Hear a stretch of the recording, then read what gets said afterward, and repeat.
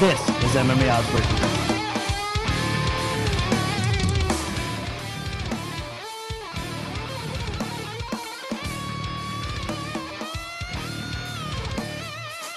All right, sticking to UFC 153, a light heavyweight rematch between Phil Davis and Wagner Prado. Now, guys, last time I opened this line, it was Phil Davis, a 7-1 favorite. It got bet up to close to 10-1 in some spots.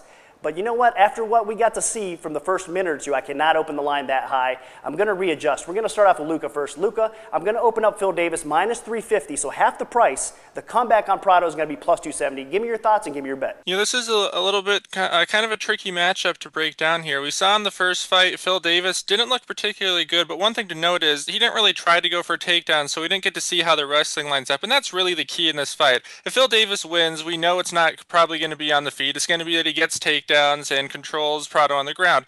Now, Phil Davis still should be able to do that. He should be able to dominate Prado on the ground. Fortunately, we didn't get to see them even grapple in the first fight at all. All we saw was Phil Davis kind of not fighting very smart, which definitely is a concern. You know, the only way that Prado can win this fight basically is to land a big punch on Phil and put him out. And Phil was giving Prado every opportunity to do that before he ended up poking him in the eye and the fight was declared a no contest.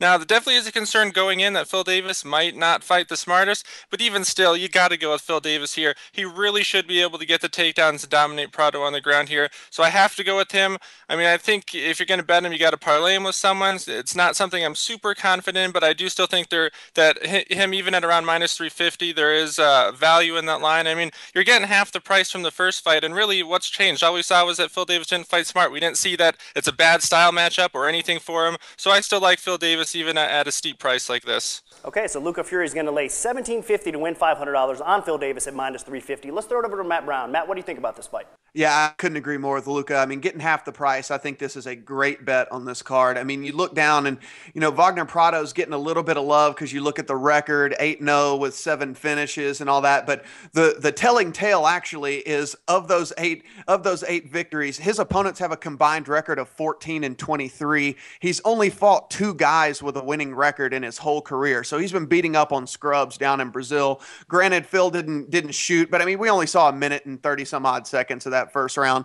I think Phil gets this ground to the fight, smashes him, maybe even submits him, but I can't see anything but a steamroll by Phil Davis in this fight. All right, so Matt Brown also going to lay the juice at $1,750 to win $500 on Phil Davis over Wagner Prado. Both of our experts agreed that Phil Davis does get redemption and moves on at UFC 153. Well, that's it for another episode of MMA Oddsbreakers. You can look for the lines that Nick broke right here on the show to start popping up at the sportbooks throughout the coming week.